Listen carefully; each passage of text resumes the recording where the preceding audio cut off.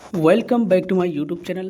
तो आज का एपिसोड है बिहार स्टेट शिक्षण कला आर्ट ऑफ टीचिंग यानी PYQ है 13/9/2023 एंड 15/9/2023। तो यहाँ पे दो प्रीवियस क्वेश्चन और एक 11/9/2023 का तीन हम लोग प्रीवियस सेट लाए हैं। आपको सबसे नीचे में मिलेगा 11/9/2023 का, और जो 11/9/2023 का लिए हैं वो हम PYQ हम टीचर अड्डा से लिए हैं। तो इसका क्रेडिट टीचर अड्डा को भी जाएगा, उसका PDF हम यूज़ किए हैं। बाकी ये जो PDF है वो हम खुद से प्रिपेयर किए हैं। तो फर्स्ट क्वेश्चन यहाँ पे है, शिक्षण का अर्थ है ज्ञान देना। शिक्षण का अर्थ है ज्ञान देना या व्यवहार में परिवर्तन लाना या रटना या कराना या परीक्षा लेना। तो ये जो क्वेश्चन है ना, आप इस जो क्वेश्चन को देख रहे हो ये बहुत ही इम्पोर्टेंट और ये बहुत ही बार पूछा हुआ क्वेश्चन है। तो अगर इसको देखिएगा ना, हर साल कम से कम 4 से 5 सेट में पूछा हुआ है। तो इसका जो आंसर होगा वो ऑप्शन नंबर यहाँ पे बी हो जाने वाला है। क्या होगा? व्यवहार में परिवर्तन लाना हो जाएगा। ऑप्शन नंबर यहाँ पे बी हो जाएगा। उसके बाद नेक्स्ट क्वेश्चन है, अधिगम की विशेषता क्या है? अस्थाई, अस्थाई होता है, अस्थाई व्यवहार परिवर्तन होता है, केवल परीक्षा तक सीमित है या शिक्षक पर निर्भर है। तो बताइए इसका आंसर क्या होगा? तो इसका जो आंसर होगा अस्थाई व्यवहार परिवर्तन होता है। क्या होता है? अस्थाई व्यवहार परिवर्तन होता है। तो यहाँ पे थोड़ा सा टाइपिंग वाला में थोड़ा मिस्टेक है। उसके नेक्स्ट क्वेश्चन है, शिक्षण प्रक्रिया में कौन सा घटक मुख्य है? तो विषय वस्तु है या फिर शिक्षक है या शिक्षार्थी है या मूल्यांकन है। तो बताइए शिक्षण यहाँ पे शिक्षण प्रक्रिया में कौन सा घटक मुख्य होगा? विषय वस्तु, शिक्षक, शिक्षार्थी या मूल्यांकन। तो बताइए इसका आंसर क्या होगा? इसका आंसर हो जाएगा शिक्षार्थी यानी स्टूडेंट हो जाएगा। उसके बाद नेक्स्ट क्वेश्चन है,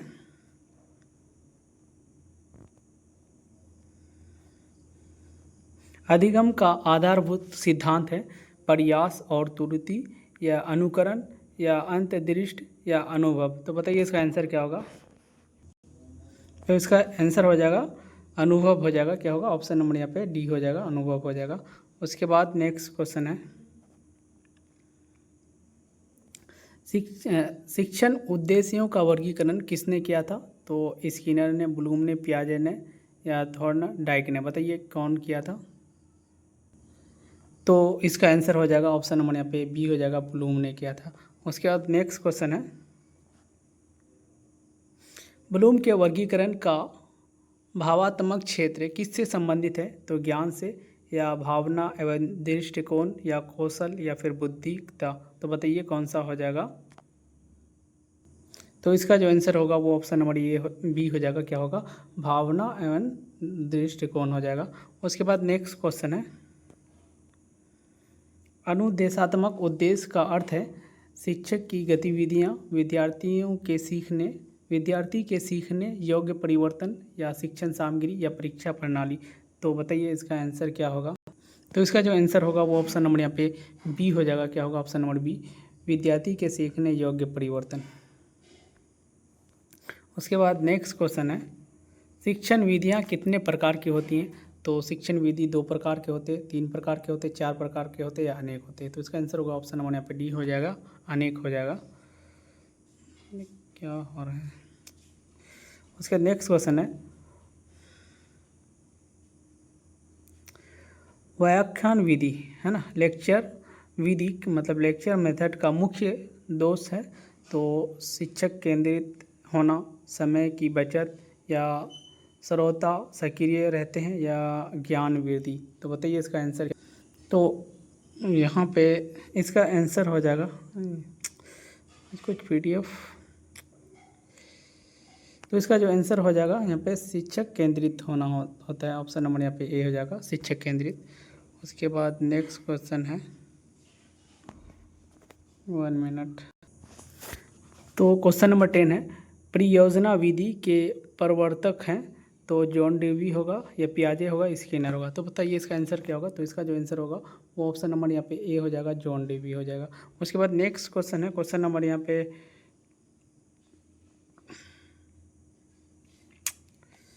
क्या हो रहा है।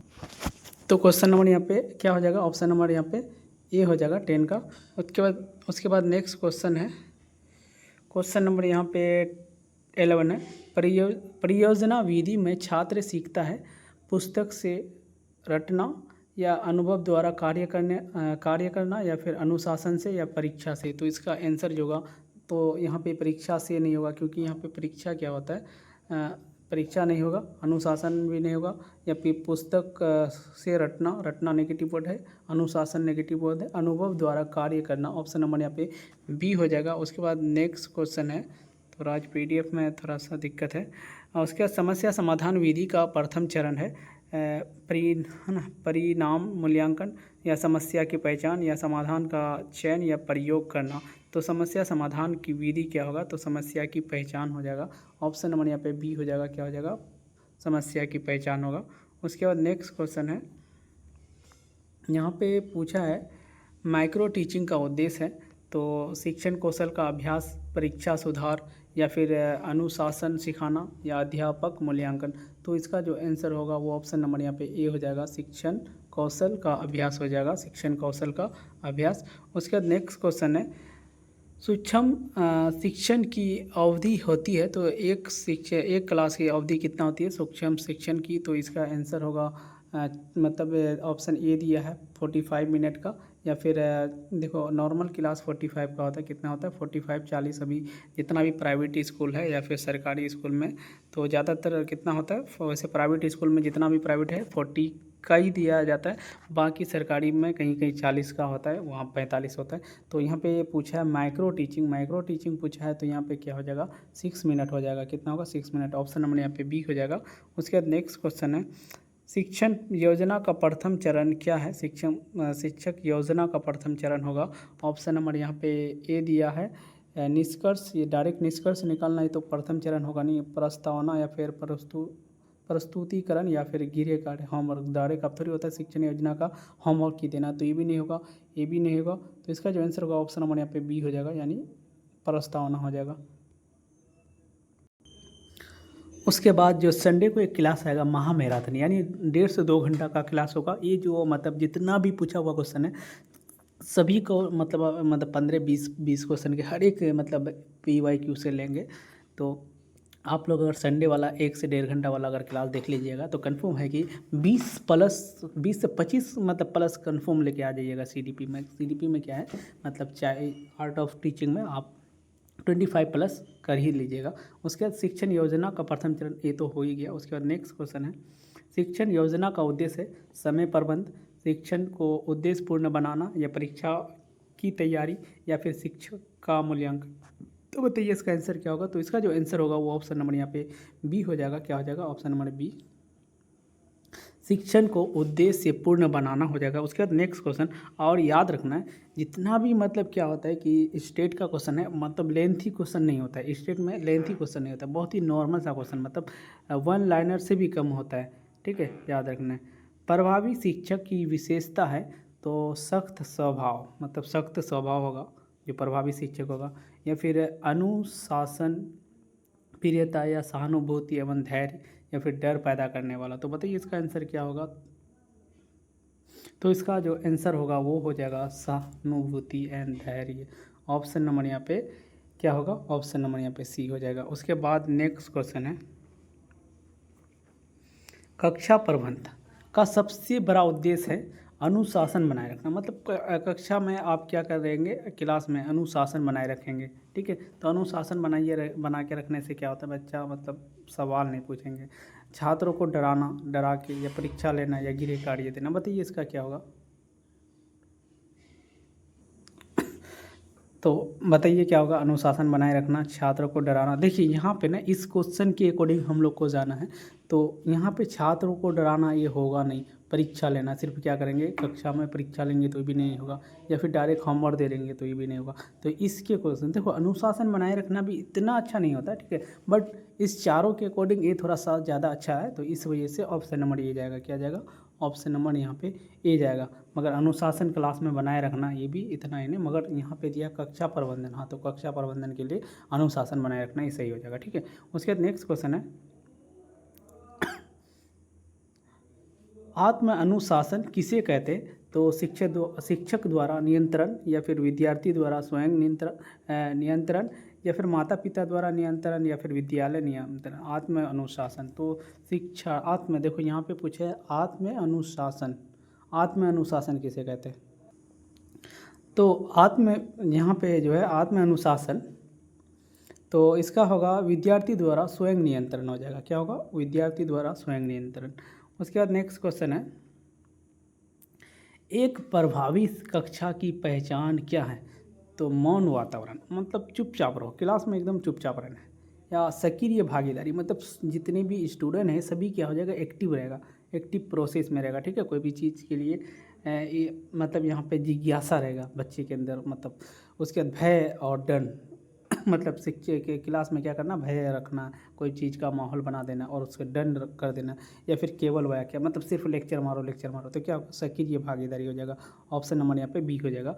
उसके बाद नेक्स्ट क्वेश्चन है, मूल्यांकन का मुख्य उद्देश्य क्या है? मतलब मुख्य उद्देश्य क्या है? मतलब मूल्यांकन लेंगे तो अंक देना, तो अंक देना का क्या होता है कि अगर मान लो कि कोई स्कूल में किसी का मतलब भाई है, या फिर बेटा या फिर मेरा भाई, चचेरा भाई, कोई भी पढ़ता है तो उसको तो ज़्यादा नंबर दे देगा। नंबर देने का होता है तो क्या होता है? अधिगम की गुणवत्ता का पता लगाना होगा, या फिर छात्र को दंडित करना होगा, या रिपोर्ट तैयार करना होगा। तो मूल्यांकन जो मुख्य उद्देश्य होता है क्या होगा? अधिगम की गुणवत्ता का पता लगाना। ऑप्शन नंबर यहाँ पे बी हो जाएगा, अधिगम की गुणवत्ता का पता लगाना होता है। देखो ये मतलब कॉमन सेंस, जो चाइल्ड मतलब आर्ट ऑफ टीचिंग, मतलब शिक्षण कला है, वो क्या होता है? उसको अपना कॉमन सेंस से जवाब दीजिएगा तो आपका ज़्यादा सही होगा। उसके बाद नेक्स्ट क्वेश्चन है, प्रारूपिक, अथवा बताइए प्रारूपिक मूल्यांकन, हम ना फॉर्मेटिव एवोल्यूशन बहुत बार पूछे, कब किया जाता है? तो शिक्षण के बाद करेंगे, या शिक्षण के दौरान, या सत्र के अंत में, या परीक्षा के बाद।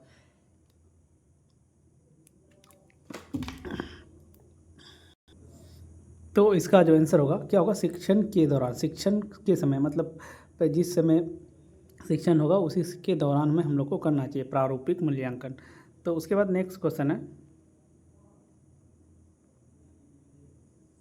देखो समापन मूल्यांकन समापन मूल्यांकन का उद्देश्य है। तो समापन क्या होता है? सीखने में सुधार, उपलब्धि मापना, या फिर योजना बनाना, या विद्यार्थी को प्रेरित करना। बताइए इसका आंसर क्या होगा? आप लोग को 5 सेकंड का सेकंड दिया जाता है।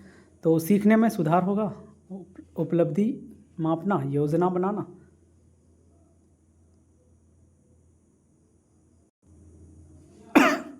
इसका हो जाएगा उपलब्धि मापना हो जाएगा। उसके बाद नेक्स्ट क्वेश्चन है, सतत एवं समग्र मूल्यांकन CCE का अर्थ है केवल परीक्षा प्रणाली, या अधिगम का निरंतर मूल्यांकन, केवल मानसिक विकास, या फिर केवल होमवर्क गृह कार्य। तो इसका जो आंसर होगा ऑप्शन नंबर यहाँ पे बी हो जाएगा। उसके बाद नेक्स्ट क्वेश्चन है, पाठ्यक्रम का सिद्धांत किससे जुड़ा है? तो बताइए, विषय वस्तु से, या फिर विषय वस्तु चयन, या फिर अनुशासन, मूल्यांकन, या फिर विद्यालय की संरचना। तो इसका जो आंसर होगा वो होगा विषय वस्तु की चयन हो जाएगा। क्या होगा? विषय वस्तु की चयन। ऑप्शन नंबर ये हो जाएगा। उसके बाद नेक्स्ट क्वेश्चन है, पाठ्यक्रम है ना विकास का मुख्य उद्देश्य है। पाठ्यक्रम विकास का मुख्य उद्देश्य है छात्रों के अनुभव का विस्तार, है ना, केवल परीक्षा की तैयारी, या फिर शिक्षक का मूल्यांकन, या फिर गृह कार्य, मतलब होमवर्क को बढ़ाना। तो इसका जो आंसर होगा वो छात्रों के अनुभव का विस्तार। पाठ्यक्रम विकास का उद्देश्य क्या है? छात्रों के अनुभव का विकास, मतलब विस्तार हो जाएगा, छात्रों के अनुभव के विस्तार। उसके बाद नेक्स्ट क्वेश्चन है, क्वेश्चन नंबर यहाँ पे 27, शिक्षण में प्रेरणा का कार्य क्या है? तो ध्यान भटकाना, मतलब शिक्षण में प्रेरणा का क्या ध्यान भटकाना होता है, वो तो नेगेटिव वोट हो जाएगा। उसके दूसरा है अधिगम को सक्रिय बनाना। अधिगम को क्या करना? सक्रिय बनाना, एक्टिव प्रोसेस में लाना। तो यहाँ पे लर्निंग को क्या करना? अधिक। उसके बाद अनुशासन बिगाड़ना, मतलब अनुशासन को बिगाड़ देना। शिक्षण में प्रेरणा का कार्य तो है नहीं, या फिर मूल्यांकन कम करना, ये भी नहीं है। तो इसका जो आंसर होगा वो ऑप्शन नंबर यहाँ पे बी हो जाएगा।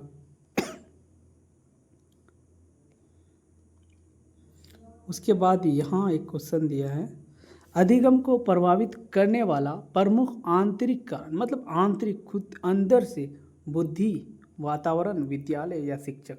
तो बताइए, वातावरण बाहर हो जाएगा, विद्यालय बाहर होगा, शिक्षक बाहर हो जाएगा, बुद्धि बुद्धि अपने खुद से आंतरिक इंटरनल हो जाएगा, इंटरनल पार्ट में आ जाएगा। तो यहाँ पे ऑप्शन नंबर यहाँ पे बुद्धि हो जाएगा, समझे। उसके बाद नेक्स्ट क्वेश्चन,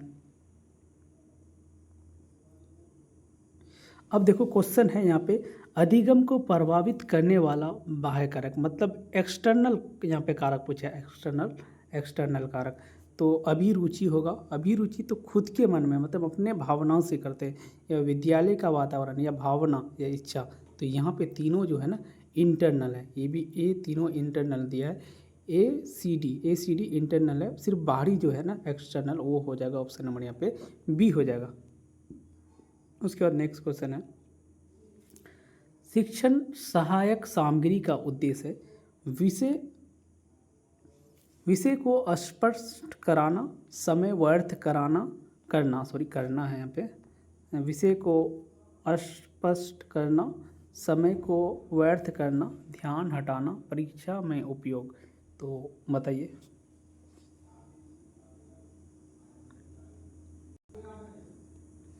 इसका आंसर होगा ऑप्शन नंबर ए हो जाएगा। उसके बाद नेक्स्ट क्वेश्चन है, चार्ट, मॉडल, चित्र आदि किसके उदाहरण हैं। तो मौखिक माध्यम, चार्ट दिखाना, तो मॉडल, चित्र, तो यहाँ पे मौखिक तो होगा नहीं, यहाँ पे लेक्चर तो मार नहीं रहे। दृष्टि सहायक सामग्री, मतलब यहाँ पे दृष्टि मतलब देखने वाला चीज़, या फिर यहाँ पे श्रव मतलब सुनने वाला, या प्रयोगात्मक विधि। तो बताइए कौन सा होगा यहाँ पे आंसर। तो यहाँ पे देखो मौखिक माध्यम तो होगा नहीं, मौखिक मीडियम होगा नहीं, यहाँ पे औरल तो पूछा नहीं है, यहाँ पे श्रवण ये भी नहीं होगा, और प्रयोगात्मक ये भी नहीं होगा। तो दृष्टि सहायक सामग्री हो जाएगा, ऑप्शन नंबर यहाँ पे बी हो जाएगा। उसके बाद नेक्स्ट क्वेश्चन है, थोड़ा लॉन्ग क्वेश्चन है, ज़्यादा नहीं है। उसके देखिए क्वेश्चन है, शिक्षण सामग्री के प्रयोग का सबसे अच्छा समय कब है। मतलब जब विद्यार्थी उब रहे हो, मतलब विद्यार्थी मतलब को बोर फील हो रहा है, तब कराएंगे, या फिर जब विषय कठिन हो, जब कठिन हो जाए कक्षा आरंभ में, मतलब जब कक्षा स्टार्ट होता है, क्लास मतलब स्टार्टेड में, या फिर मूल्यांकन के समय। तो शिक्षण सामग्री का प्रयोग सबसे जो अच्छा होता है कक्षा के आरंभ मतलब स्टार्टिंग के समय में हो जाएगा। उसके बाद नेक्स्ट,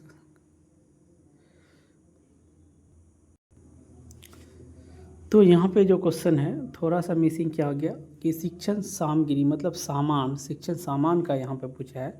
तो यहाँ पे जो है ना सामान से मतलब उसका चीज़ से हम लोग प्रयोग करके बताते हैं।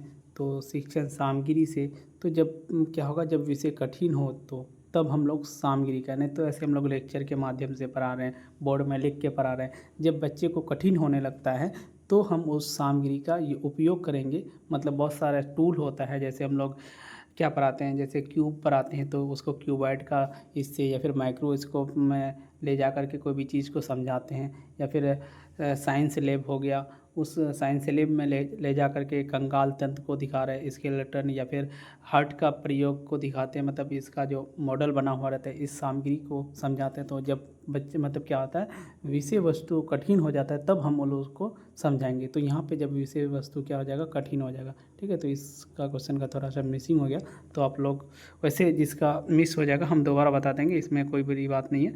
उसका नेक्स्ट क्वेश्चन है, व्यवहार परिवर्तन की अस्थायित्व तो निर्भर करता है तो रटने पर, देखिए कॉमन सेंस वाला क्वेश्चन है, रटने पर, अनुभव पर, भय पर या दंड पर। तो इसमें एक ही क्वेश्चन का सही है, अनुभव पर हो जाएगा, ऑप्शन नंबर यहाँ पे बी हो जाएगा। उसके बाद नेक्स्ट क्वेश्चन है, अधिगम का सर्वोत्तम तरीका कौन सा है। तो देखने और सुनना, मतलब अधिगम का सर्वोत्तम तरीका कौन सा है। तो देखना और सुनना, या फिर स्वयं करके सीखना, रटना, पढ़ाना। तो अधिगम का सर्वोत्तम तरीका कौन सा है। तो बताइए, देखना और सुनना, देखेंगे और सुनेंगे तो हो जाएगा स्वयं करके सीखना। तो इसका जो आंसर होगा स्वयं करके सीखना हो जाएगा, ऑप्शन नंबर यहाँ पे बी हो जाएगा। उसके बाद नेक्स्ट क्वेश्चन है, उसके बाद और एक मतलब ये है 11 मतलब सितंबर का भी PYQ है, इसके बाद आप लोग देख के जाइएगा 11 का। मतलब आप ये 3 मतलब PYQ का मर्ज किया हुआ है। मतलब टोटल अगर क्वेश्चन देखा जाए तो कितना क्वेश्चन हो जाएगा, 40 और 30 मतलब 70 क्वेश्चन है। अगर 70 क्वेश्चन में आप अगर देख लेते हैं तो कंफर्म है कि 20 प्लस तो आ ही जाएगा। उसके बाद नेक्स्ट क्वेश्चन है यहाँ पे, शिक्षक का सबसे महत्वपूर्ण गुण है क्रोध। मतलब शिक्षण का सबसे शिक्षक का सब जो टीचर है, टीचर क्या करेगा, एकदम क्रोध में रहेगा तो मतलब सबसे महत्वपूर्ण गुण होगा, या फिर सहनशीलता या भय या कठोरता। तो यहाँ पे क्या हो जाएगा, सहनशीलता होना चाहिए शिक्षक के अंदर में। ठीक है। उसके बाद नेक्स्ट क्वेश्चन है, एक अच्छा शिक्षक विद्यार्थी में क्या विकसित करता है। तो भय कराता है, वाह ये होगा, या आत्मविश्वास, या अनुशासनहीनता, या प्रतिस्पर्धा। मतलब एक दो से कंपेयर कराना, भय कराना। बताइए क्या होगा। तो इसका जो आंसर होगा आत्मविश्वास होगा। क्या होगा, आत्मविश्वास हो जाएगा। ऑप्शन नंबर यहाँ पे बी हो जाएगा। उसके बाद नेक्स्ट क्वेश्चन है, एक शिक्षक का मूल्यांकन किसके आधार पर किया जाना चाहिए। देखिए क्वेश्चन और भी है, हाँ जाना चाहिए। तो परीक्षा परिणाम, या फिर छात्रों के व्यवहार में परिवर्तन, उपस्थिति, अनुशासन। तो इसका जो आंसर होगा वो ऑप्शन नंबर यहाँ पे बी हो जाएगा, छात्रों के व्यवहार परिवर्तन। उसके बाद नेक्स्ट क्वेश्चन है, यानी और 2 क्वेश्चन इस सेट का है। उसके बाद फिर 11 सितंबर का हम लोग बनाएंगे। शिक्षण की प्रभावशीलता किस पर निर्भर करती है। तो शिक्षक की तैयारी पर, विषय की कठिनाई पर, या परीक्षा प्रणाली पर, या छात्रों की संख्या पर। तो यहाँ पे जो होगा शिक्षक की तैयारी पर हो जाएगा। ऑप्शन नंबर यहाँ पे बी हो जाएगा। उसके बाद नेक्स्ट ऑप्शन नंबर यहाँ पे ए हो जाएगा। ऑप्शन नंबर ये है, उसे ए में ही टिक किए थे, तो अब बोलने में ये हो गया गलती। उसके बाद नेक्स्ट क्वेश्चन है, शिक्षक द्वारा प्रश्न पूछने का उद्देश्य है ना। प्रश्न जब पूछते हैं तो डराना, मतलब जब शिक्षक प्रश्न पूछता है तो डराना होता है, या फिर सोचने की क्षमता बढ़ाना, समय बिताना, या अनुशासन। तो यहाँ पे है ना सोचने की क्षमता बढ़ाना हो जाएगा। ऑप्शन नंबर यहाँ पे बी हो जाएगा। उसके बाद यानी इस मतलब ये है लास्ट क्वेश्चन किसका, 15 सितंबर 2023 का। उसके बाद 11 सितंबर का कंटिन्यू चलेगा। तो शिक्षण प्रक्रिया में प्रतिपुष्टि मतलब फीडबैक का अर्थ होता है परीक्षा परिणाम, या फिर शिक्षण के प्रभाव की जानकारी, या रिपोर्ट बनाना, या योजना बदलना। तो इसका जो आंसर होगा वो ऑप्शन नंबर यहाँ पे क्या हो जाएगा, शिक्षण के प्रभाव की जानकारी। बाकी आप लोग फिर कंटिन्यू बने रहिए इसमें।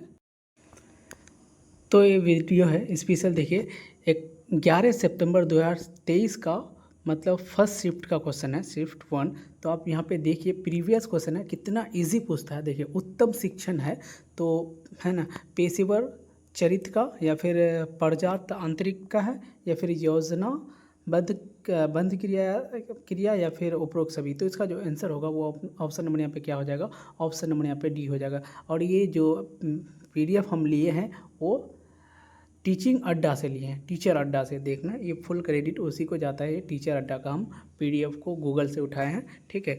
अब उसके बाद नेक्स्ट क्वेश्चन है, देखिए उसके बाद नेक्स्ट क्वेश्चन है, शिक्षक शिक्षार्थी की समस्या समाधान करता है तो मनोवैज्ञानिक शिक्षण से, या उपचारात्मक शिक्षण से, या फिर औपचारिक शिक्षण से, या अनौपचारिक शिक्षण से। तो बताइए इसका आंसर क्या होगा। तो इसका जो आंसर होगा क्या हो जाएगा, वो औपचारिक शिक्षण से हो जाएगा। क्या हो जाएगा, सॉरी उपचारात्मक शिक्षण से। ऑप्शन नंबर यहाँ पे बी हो जाएगा। उसके बाद नेक्स्ट क्वेश्चन है,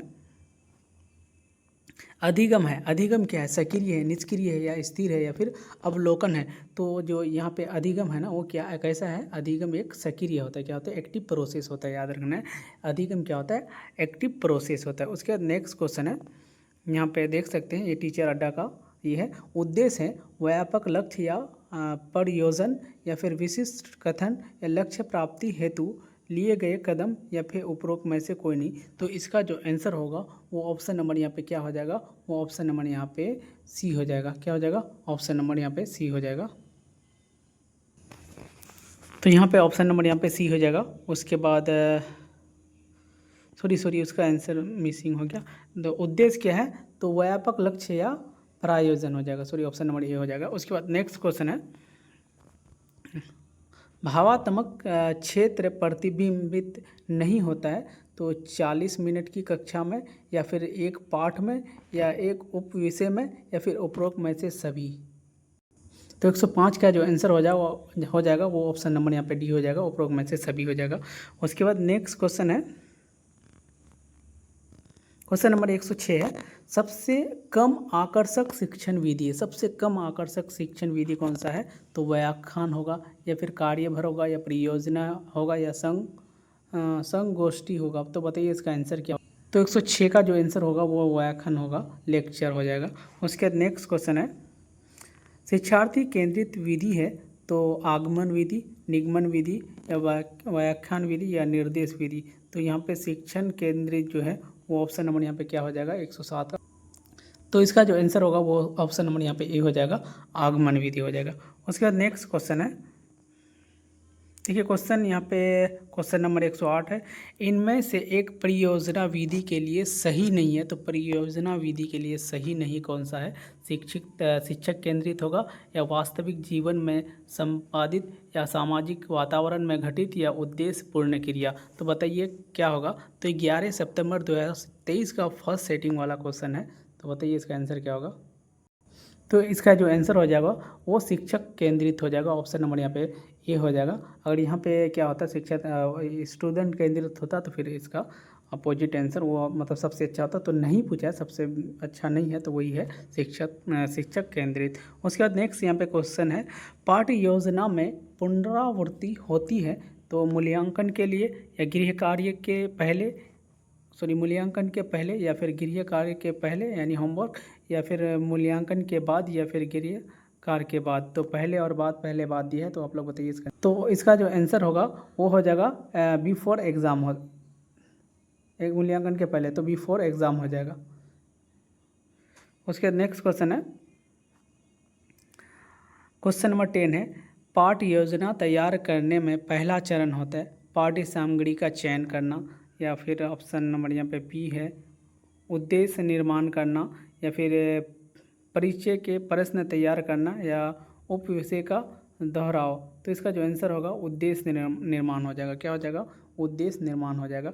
उसके बाद नेक्स्ट क्वेश्चन है सूक्ष्म, देखो ये क्वेश्चन है ना, माइक्रो टीचिंग, तो में कौन सा चरण शामिल है? तो ज्ञान प्राप्ति की स्थिति, या कौशल अधिग्रहण की स्थिति, या फिर अंतरण स्थिति, या उपरोक्त उपयोग में से सभी, ऑल ऑफ दिस। तो बताइए इसका आंसर क्या होगा?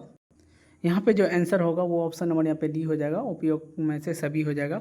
उसके बाद नेक्स्ट क्वेश्चन है, एक शिक्षक द्वारा श्यामपट्ट यानी ब्लैक बोर्ड का सबसे अच्छा उपयोग किया जा सकता है तो छात्रों को चौकस है ना बनाने के लिए कहना, या फिर महत्वपूर्ण और उल्लेखनीय बिंदु का लिखने के लिए, या फिर ए और बी दोनों, या उपयोग में से कोई नहीं। तो इसका जो आंसर होगा वो ऑप्शन में, तो 112 का जो आंसर होगा महत्वपूर्ण और उल्लेखनीय बिंदुओं को लिखने के लिए कहना, लिखने के लिए। तो ऑप्शन नंबर यहाँ पे बी हो जाएगा। उसके बाद नेक्स्ट क्वेश्चन है, अभिकर्मिक अनुदेशन का विकास किसने किया? तो स्किनर ने, या फिर पैलव ने, या फिर फराड ने। तो बताइए इसका आंसर क्या होगा? तो इसका जो आंसर होगा वो ऑप्शन नंबर 1 मिनट, इसका जो थोड़ा सा ये हो गया था, ये जो है ना अभिकर्मिक अनुदेशन का विकास किसने किया था? तो स्किनर ने किया था। उसके बाद नेक्स्ट क्वेश्चन है, क्वेश्चन यहाँ पे को थोड़ा वीडियो फंस गया था जिसके कारण, प्रगतिशील कक्षा पारिस्थितिकी तंत्र में बच्चों को देखा जाता है निष्क्रिय अनुकरणकर्ता, या फिर सक्रिय अनुकरणकर्ता, या फिर सक्रिय अन्वेषण। तो इसका जो आंसर हो जाएगा वो ऑप्शन नंबर यहाँ पे सी हो जाएगा। क्या होगा? ऑप्शन नंबर यहाँ पे सी हो जाने वाला है। उसके बाद नेक्स्ट क्वेश्चन है,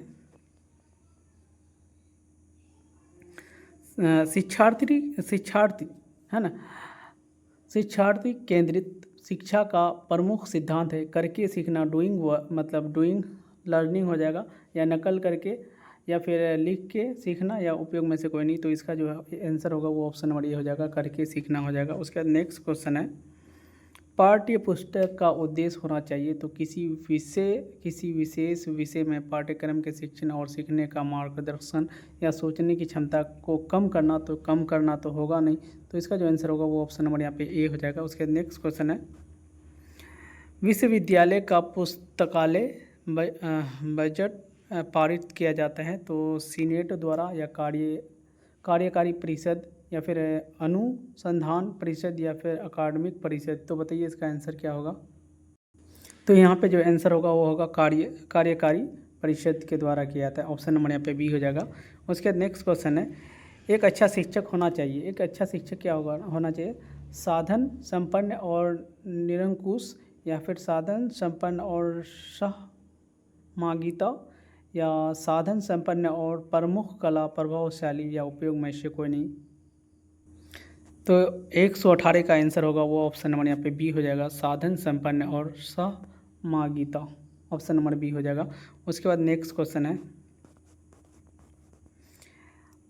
छात्र आमतौर पर एक शिक्षक की प्रशंसा करते हैं जो अपने छात्रों को डराता नहीं है, या फिर सभी छात्रों से मित्रवत है, या उपयोग में से दोनों, उपयोग में से कोई नहीं।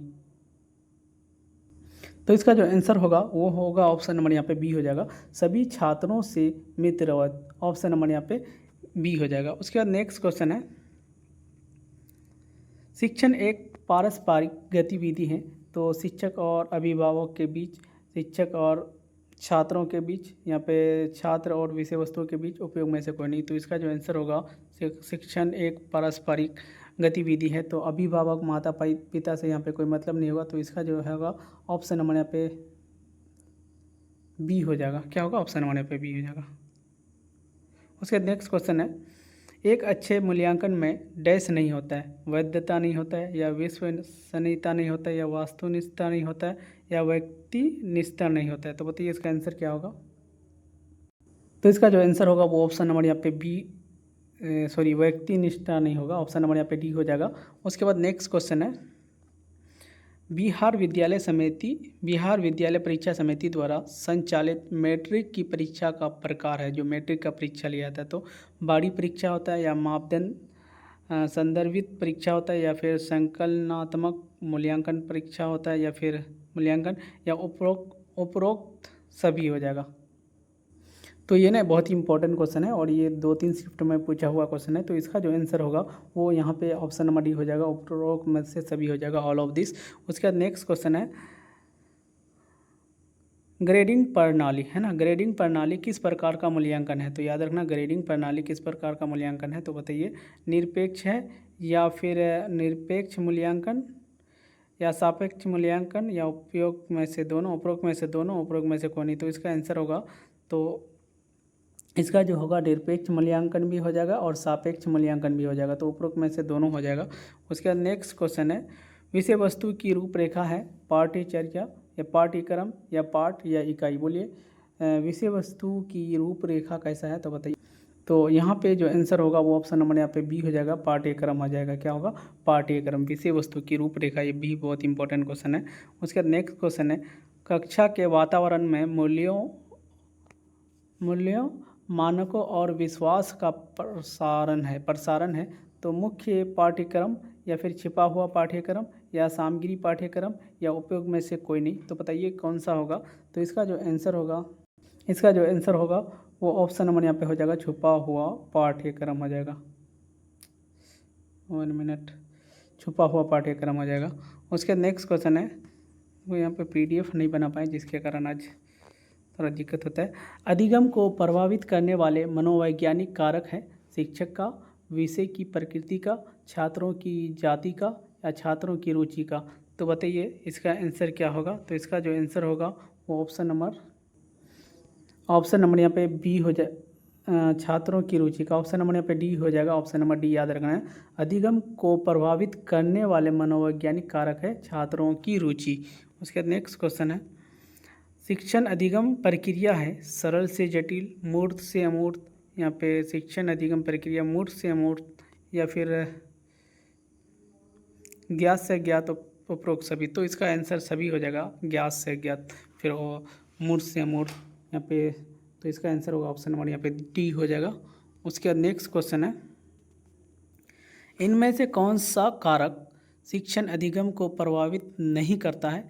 तो परिपक्वता, या फिर तत्परता, या अक्षांश का स्तर, या फिर भौगोलिक सीमा। तो बताइए इसका आंसर क्या होगा? तो इसका जो आंसर होगा वो ऑप्शन, तो यहाँ पे जो है ना, पहले क्वेश्चन को देखिए, इनमें से कौन सा कारक शिक्षण अधिगम को प्रभावित नहीं करता है? तो यहाँ पे भौगोलिक ये हो जाएगा, सीमा हो जाएगा। उसके बाद नेक्स्ट क्वेश्चन है, स्मरण होना चाहिए, स्मरण है, स्मारक लिख दिया। तो सैद्धांतिक शिक्षण सामग्री, उत्कृष्ट शिक्षण, या फिर स्मरण सहायक सामग्री, या फिर उपरोक्त सभी हो जाएगा। तो इसका जो आंसर होगा स्मरण सहायक सामग्री हो जाएगा, ऑप्शन नंबर यहाँ पे सी हो जाएगा। उसके बाद नेक्स्ट यानी लास्ट क्वेश्चन है इसका,